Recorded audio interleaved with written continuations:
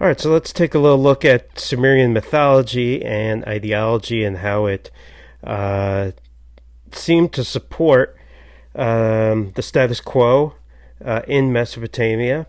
A lot of what we know from cuneiform documents comes from slightly later than the early dynastic, but there are fragments from the early dynastic that shows that these myths, these tales, were already in place and probably go back to the Uruk period.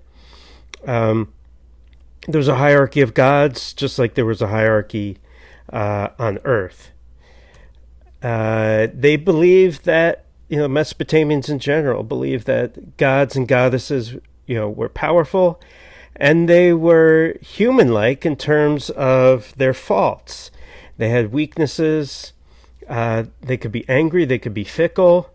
They could wreak havoc.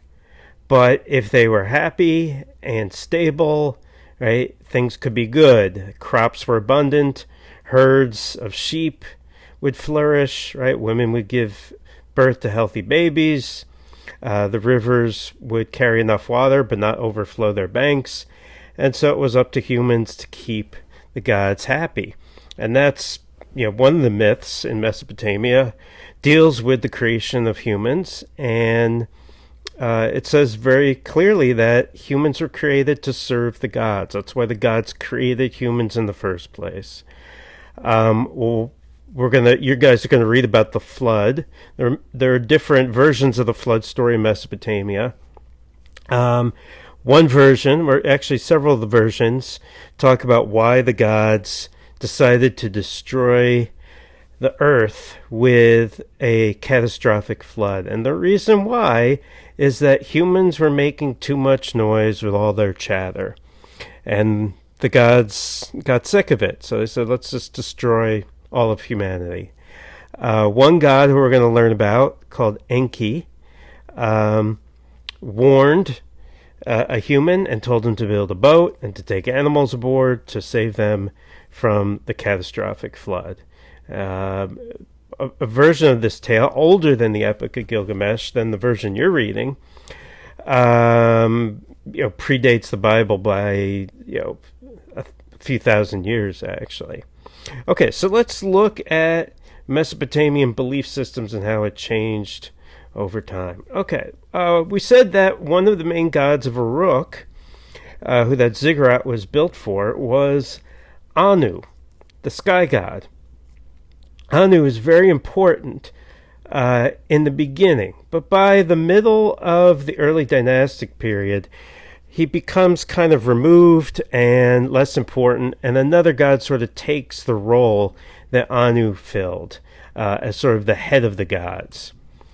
Anu is the sky god. What you'll notice from all these depictions of gods is you can always tell if it's a deity by the horns on their headwear. No one knows if it's a helmet or if it's a turban or some kind of fez, but the horns show that they are divine, that they are gods or goddesses. So Anu, the god of the sky, and his main sanctuary was at Uruk. Ninhursag was Mother Earth. She was the fertility goddess. And her main center of worship was the city of Kish. And then there were other gods. We're going to learn about them. Enlil, the god of storm winds, and Enki, the god of water and the subterranean world. And from this cylinder seal, there are several depictions of the gods we're going to learn about. Okay, so let's take a look first at Enlil. En means Lord. Lil means wind. So Lord of the Winds, basically. He's not quite a storm god. There are other gods who are specifically storm gods. He's more of a supreme god. He's a little bit like Zeus, but Zeus is more of a storm god, and Enlil is the god of the winds. Enlil is the one who kind of takes Anu's place as the head of the pantheon. So Enlil becomes the major god, which means that his area of worship, the city of Nippur would become a very important city in the early dynastic period. And excavations at Nippur found a temple and also found a very important cuneiform archive that had a whole host of texts, not just economic texts, but also religious texts and texts of literature, etc. That we're going to see some of those texts. Right? Enlil had, now this is one of my favorite parts of the Mesopotamian mythology, the Tablet of Destinies. The tablet invested Enlil with the power to determine the destinies of the world. It was a cosmic bond linking heaven and the underworld, and Enlil had the Tablet of Destinies. He also had May, which was supernatural powers, his crown, and his throne. And these were all the guarantors that Enlil would be the supreme god of the universe. And in several of the myths, the Tablet of Destinies is taken from Enlil, and chaos begins to reign. There's a lot of trouble. But in the end of those myths, Enlil recovers the Tablet of Destinies and all is well. This whole Tablet of Destinies thing sounds like, to me, like a plot from a Marvel movie or something. But really, you can't get a better name than Tablet of Destinies. Then there's Enki, Lord of the Earth. Ki is Earth.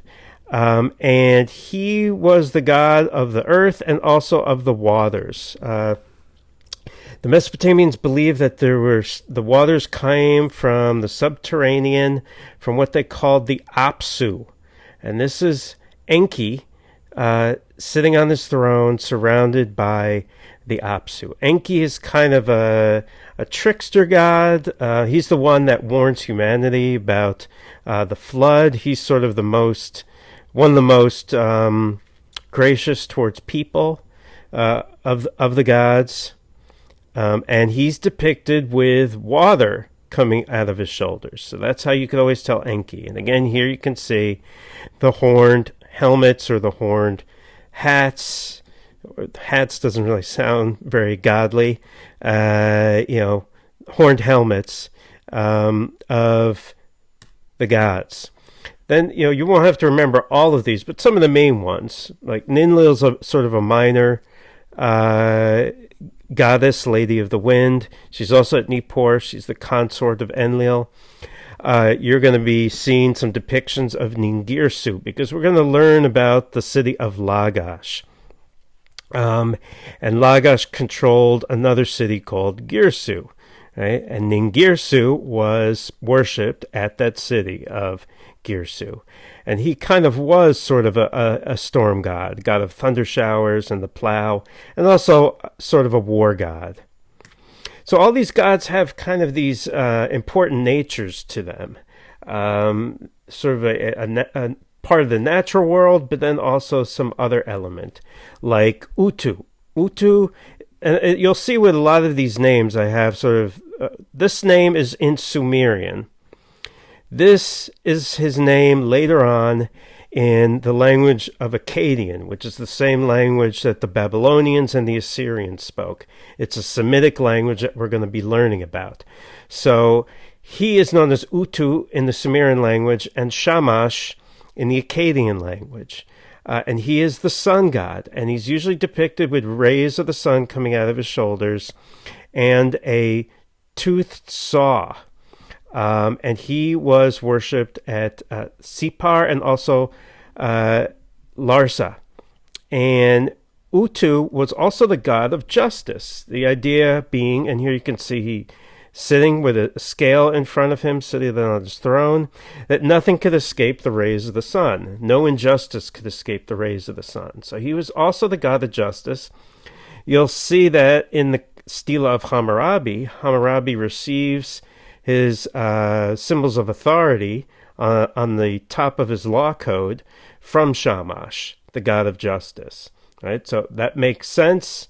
That for a law code, that you'll be sort of showing connection to the god of justice. And of course, from a rook, we remember Inanna, later known as Ishtar, in the Akkadian. She's the goddess of sex and war, symbolized by the star Venus. She's also, in the early mythology, depicted as Anu's daughter. She's responsible for the lunar calendar, and so responsible for many of the omens.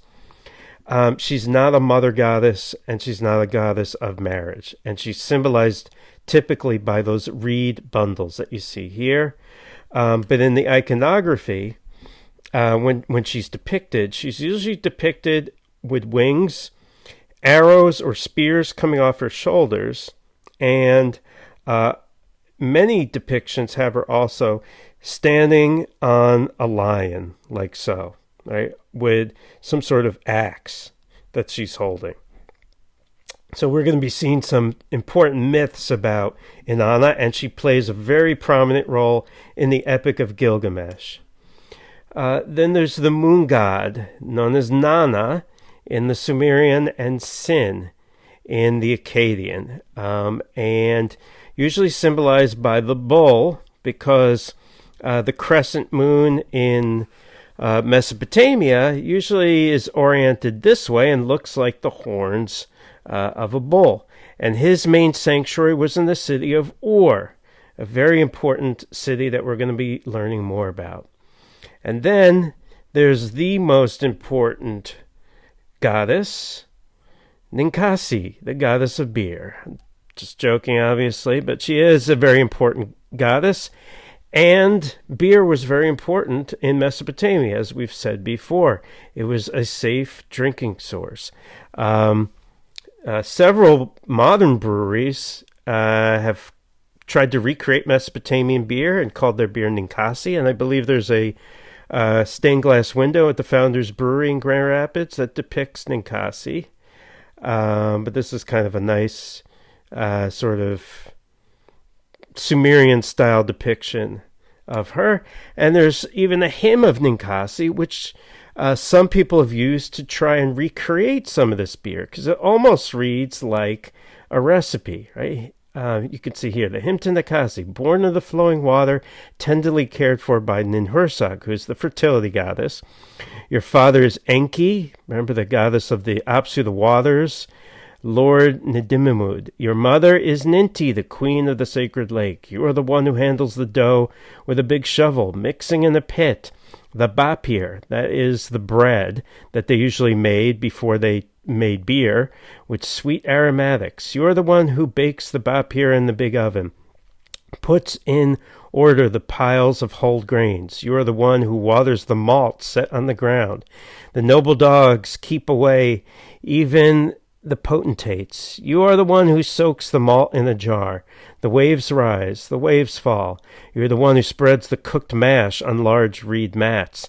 Coolness overcomes. You are the one who holds with both hands a great sweet wort, brewing with honey and wine, the filtering vat which makes a pleasant sound. You place appropriately on the large collector vat. When you pour out the filtered beer of the collector vat, it is like the onrush of Tigris and Euphrates. So very, very tantalizing, really, description, but shows sort of the steps that occurred to make beer. Putting the malt, in water so that the barley would begin to germinate and the carbohydrates would start to break down, but also adding honey and other things to not only to help the flavor, but that would also probably help speed up the fermentation process from natural yeast that would fall down on the barley and start to ferment it, and then they would try to filter out some of the particulates after. Right? Okay, so below the gods were essentially the human representatives who did the work on behalf of the gods, the priests who worked in the temples. Some people would say this is an example, just like the ideology of ancient Egypt that we talked about, supporting and legitimizing political and economic hierarchy. And so some people would ask, did the ideology, was that in place early on and that encouraged the rise of a hierarchical society? Or did the emerging leaders manipulate the ideology in some respect to serve their own purposes? Was it conscious? Was it unconscious? Right? And this is where we really get to kind of a Marxist analysis of ideology. So we'll continue with that next time. We'll talk a little bit more about religion and mythology, and we'll also talk about a particular demon in ancient Mesopotamian mythology, whose purpose was to protect people from another demon that would cause illness. And this specific demon is shown and depicted in the movie The Exorcist. So hopefully I'll be able to upload the first 10 minutes of the movie, which actually takes place all in Iraq on an excavation. It was filmed in the 1970s in Iraq. So it's actually the first 10 minutes is very interesting and relevant to the class. The rest of the movie, not so much. It's a good movie, but doesn't take place in Mesopotamia. Okay, so this is where we'll leave off for this week, and we'll continue talking about the early dynastic. And next week we'll also get into the famous royal tombs of Ur and the rise of kings and the palace, and also warfare in ancient Mesopotamia.